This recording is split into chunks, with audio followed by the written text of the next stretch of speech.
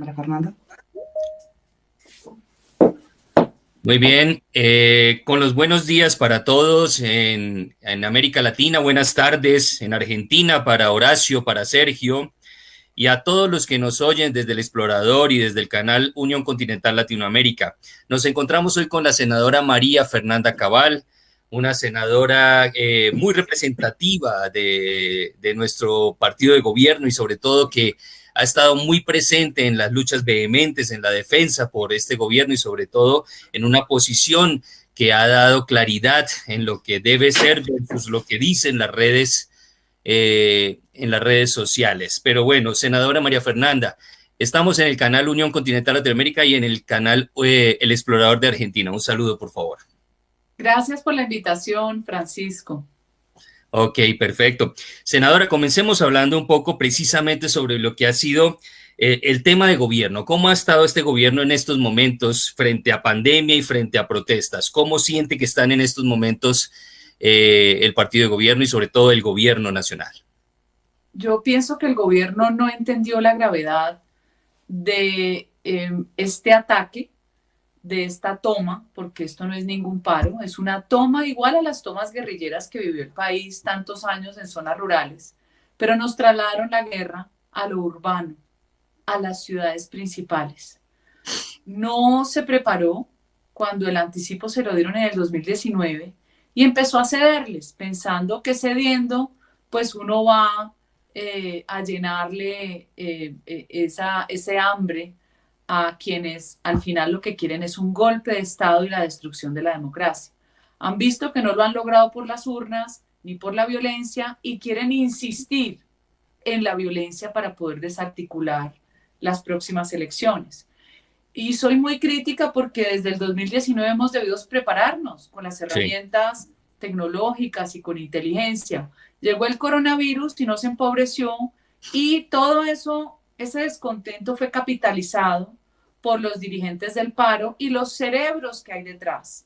Porque Ujú. no es gratuito, Francisco, que Sí. usted cope en 3 días las redes sociales y después identifiquemos 7.000 cuentas falsas de Rusia y de Bangladesh y logren que los organismos internacionales de derechos humanos se pronuncien en contra de la Policía Nacional.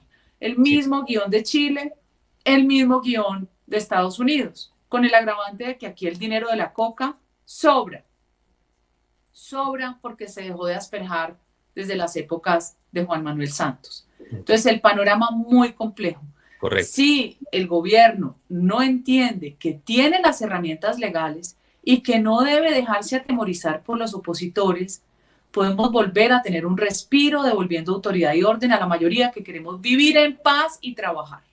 Muy bien, senadora, pero es importante, contémosle a la opinión latinoamericana para que entendamos un poco esto que usted acaba de decir. Estamos siendo muy, digamos, mal vistos a nivel del exterior, precisamente por este tema de las fake news, pero además de esa manipulación que ha habido desde las redes. ¿Por qué no les contamos un poco eso que está pasando y cuál es la realidad de lo que se vive en el país versus lo que la opinión latinoamericana o la opinión mundial puede estar viendo a nivel de noticias? La realidad es que esto es una toma guerrillera patrocinada por el narcotráfico y dirigida desde el exterior, como se dirigió la de Chile y en buena parte lo que pasa en Estados Unidos. ¿Por qué lo digo? Porque no es explicable cómo logran parar a través de bloqueos una de las regiones más prósperas de Colombia, una zona geoestratégica en el suroccidente colombiano. Miremos el mapa de Latinoamérica, estamos encima del Ecuador, una zona por donde hoy sale toda la coca, entran las armas hacia el Pacífico, ¿sí? Entra el dinero, pero también que es una despensa agrícola y agroindustrial donde los productos que se importan entran por Buenaventura, que es un puerto a 2 horas de Cali, tercera ciudad más grande de Colombia, con 2,5 millones de habitantes, y en una región muy poderosa generadora de empleo, una región plana, no tiene montañas, con las mejores vías de Colombia, con Ujú. conectividad. Cuénteme cómo hace una protesta para lograr 50 días de bloqueo, de empobrecimiento y de ruina. Aquí los avicultores han tenido que sacrificar más de 40 millones de pollos. El pollo y el huevo es la proteína de la gente que tiene menos recursos. Pues quedó desabastecido y lo poco que llega, llega encarecido en 5, 6, 7 veces. Claro. Todo es pensado, todo es calculado. El oxígeno que no llegó a atender los pacientes de coronavirus que murieron, las ambulancias que no dejaron pasar pacientes y niños que murieron. Y no hay responsables. Ah, es que yo tengo mucha rabia y tengo derecho a quemar policías vivos. Sí, policías vivos, quemados, que no pueden responder porque ahora la teoría, que es la que se cierne en otra combinación de formas de lucha, como se volvieron los derechos humanos tristemente, una conquista universal que se volvió arma de guerra, como el tema de las redes sociales, que era una conquista de libertad, que se volvió un arma letal de guerra. Entonces ahora el uso proporcionado de la fuerza es que me pueden tirar una bomba incendiaria y yo no puedo responder con un arma porque la vida de los policías no vale nada y la vida de los civiles que no participamos en estas hostilidades no vale nada. Correcto. Senadora, a mí me gustó muchísimo un término que usted usó en una ponencia y usted decía, dejen de llorar por un solo ojo, dejen de llorar por un solo ojo. Y eso se lo decía usted, obviamente, a los partidos de oposición, a los representantes y senadores que solamente hablaban en favor de la protesta, pero jamás veían la otra cara de la moneda. ¿Qué quería decirles ustedes con ese término de llorar por un solo ojo? Lo que pasa es que la izquierda tiene un discurso. Sí. Y el peligro es que miente. Y al mentir recurrentemente y usar las redes sociales y tener un equipo para distorsionar las noticias, si ustedes buscan en mi página web hay más de 180 noticias falsas comprobadas por la Policía Nacional, donde ustedes pueden navegar para que vean cómo ilustran los videos para engañar al público nacional y extranjero y lograr dividirnos. La izquierda es demasiado perversa porque no tiene límites, pero consideran que tienen superioridad moral, ¿no? Qué divertido. La izquierda no cesa en atacar porque ese es su objetivo. Ahora, el problema es dónde estamos nosotros, el resto de la sociedad civil, que genera riqueza, que sabemos cómo es el emprendimiento, que sabemos que esta clase política le quedó grande, a este país le quedó grande la clase política porque no cumplen expectativas, porque se dedicaron a robar, mientras los empresarios están hasta el cuello de unos tributos altísimos que deben pagar porque la carga fiscal es enorme en Colombia para que la usen los políticos. Entonces este escenario nos ha desnudado una clase política mezquina que permitió todo, siempre dibujando una narrativa de que pobrecitos los que protestan, y pobrecitos no los que prefieren trabajar, pobrecitos no los secuestrados en sus casas, que no pudieron ni siquiera salir a comprar una libra de arroz, de todos los estratos sociales. Esos sí no son pobrecitos. Mire, este es un laboratorio de guerra urbana, porque la guerra no la urbanizaron después del acuerdo de paz. Y las mentes que la organizan internamente son el ELN. Yo lo tengo clarísimo porque yo conozco la guerra por dentro desde hace más de 16 años. El control territorial es fundamental para ganar una guerra. El sitiar es una estrategia de guerra. No la están aplicando. El problema es que de este lado no vemos contundencia en la respuesta y no podemos dejar a la fuerza pública sola. La izquierda puede decir lo que le dé la gana, pero nosotros tenemos que exigir a la justicia. Aquí hemos visto unos jueces de garantía, Francisco, que son una vergüenza, que dejan libres a los delincuentes con explosivos. Delincuentes 30 días parando una vía principal a ver si en cualquier país desarrollado no los meten presos. No, aquí hay que darles casa, carro y beca y pedirles perdón.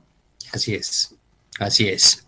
Senadora, hablemos de otro tema que puede ser también coyuntural. Esa población extranjera que tenemos nosotros en el país, ¿cómo considera usted que ha sido manipulada y usada en todo este tema? ¿O definitivamente vienen desde los otros países prestos a participar en estas protestas? Hay una mezcla del migrante venezolano que migra por pobreza y que migra donde no hay oportunidades de nada, sino de morirse o de hambre o asesinado, porque la criminalidad en Venezuela Es la típica de los países que desarman sus ciudadanos. Política que también le ha dado a este gobierno por implementar, para dejarnos con una cauchera, porque la vida del criminal vale más que la de uno. Y no se dan cuenta que los países más seguros del mundo tienen flexibilidad en el porte. Es que es de sentido común. Pero bueno, ¿qué es lo que yo veo al final que sucede? En todos estos hechos termina siendo una mezcla, pobreza, violencia. Se usa al migrante venezolano pobre para pagarle 50, 70 mil pesos el día. Esos son $20, $30. ¿Qué les importa? ¿Qué les importa quemar y reventar? ¿Sí? Hay un desarraigo. No se están dando cuenta que los está recibiendo un país que de por sí tiene una carga propia de pobreza y está absorbiendo una población con unas dificultades enormes porque el mundo nos dio la espalda. Esa es la verdad. Creo que los pocos que han ayudado son los Estados Unidos. El resto con cositas muy menores. Y sí hay colectivos chavistas. Se han identificado más de 30 guetos de colectivos chavistas desde hace más de 3 años, donde está el SEBIN, y donde está el G2 cubano. Claro, y son organizados y también forman parte de una estructura de guerrilla urbana, de milicia urbana con los colombianos milicianos. Existe y es un peligro. Lo curioso es que son la primera etapa de la manifestación, donde salen estos muchachos venezolanos, pero hacia las 2 semanas, 3, cambia el personal y lo que hay hoy es milicia pura. Milicia como la que secuestró, torturó y asesinó a un policial en el Paso del Comercio en Cali. Milicia como los que asesinaron a un policía, un agente del CTI de la Fiscalía, la Policía Judicial de la Fiscalía. Esa sevicia con la que matan es de milicia de la guerrilla. Han bajado de la montaña. Son el frente sexto de las FARC, que una buena parte no se desmovilizó. Ok, senadora, pero entonces hablemos precisamente. ¿Y qué le ha faltado al gobierno para poder retomar un poco este control que necesitamos? Las fuerzas militares permitieron su entrada y después las sacaron de las calles por el tema de las mesas de negociación en el paro. Pero, ¿qué le ha faltado al gobierno? ¿Qué cree usted? Eso, autoridad. Autoridad, Cuando definitivamente. usted gobierna, usted tiene una herramienta que es la Constitución. Y usted gobierna con la Constitución en la mano que le permite en momentos críticos dictar unas medidas de emergencia. No ha querido dictarla ni siquiera en Cali, porque es un gobierno temeroso del señalamiento. Correcto. Y a uno la izquierda siempre lo va a señalar, porque su función es esa. No hay por qué temer, estás protegiendo a la mayoría de la población, de una minoría violenta, bárbara y salvaje, que se excusa en que hay que darles porque estamos viviendo mal por la pandemia. Y usted viera las peticiones tan absurdas. O sea, sí, más fácil negociar entonces con la guerrilla del ELN. Ganen las elecciones. No subviertan el orden de las cosas. No vuelvan una manifestación como si fuera un derecho fundamental, que no lo es. Jamás lo es. La manifestación es una actividad derivada de un derecho secundario, que es el derecho a manifestarse, derivado a su vez del derecho a la libertad de expresión, que es el fundamental.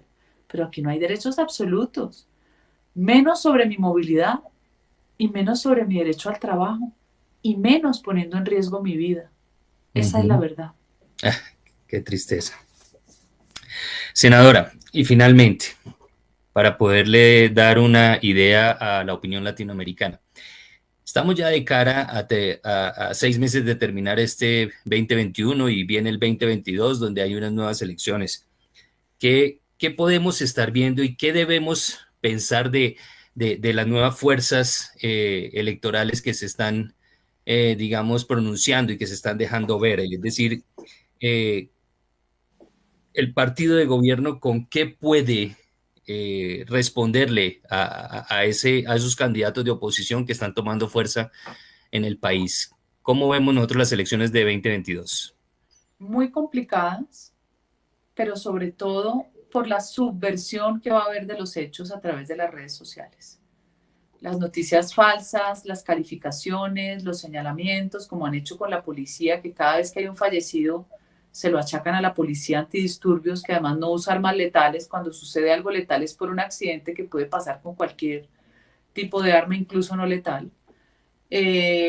Muy complicado porque vamos a tener que tener testigos en todas las mesas. Ya vimos el robo en Perú, que fue el robo en mesa de votación, ¿sí? Cómo falsificaron las tarjetas electorales, cómo falsificaron las cifras, cómo del lado de Keiko aparecieron mesas con 0 votos, lo que es improbable. Testigos, organización, incluso varios partidos que tenemos que trabajar aliados y en coalición para poder tener suficientes testigos que por lo menos sean contención para estas intenciones que se vienen. ¿Cómo está la Registraduría Nacional? ¿Cuál es su blindaje? ¿Qué garantía nos puede dar? A todo eso tenemos que movernos. Y una cosa más, el partido de gobierno está afectado por la imagen del gobierno. Y nosotros tenemos que volver a recoger las banderas que hicieron a Uribe grande, que fue la seguridad democrática. Sin seguridad no hay país. Así de sencillo. Tenemos que reconquistar esas bases que se nos fueron, que creyeron en nosotros, que han sido uribistas, que están ahí desconcertadas, desilusionadas, pero que hay que volver a traerlas, porque tenemos que ganar las elecciones. La centroderecha tiene que derrotar a la izquierda porque ya sabemos qué es lo que nos espera. Muy bien. Mil gracias, senadora María Fernanda Cabal. Amigos, Horacio, Sergio, ella es María Fernanda Cabal, una senadora sin pelos en la lengua, como decimos nosotros, para decir las cosas como son. Les mando un abrazo muy grande. Somos Francisco Espinel, María Fernanda Cabal, desde Bogotá, Colombia, para toda Latinoamérica. Un saludo importante. Gracias. Gracias, Francisco. Ok.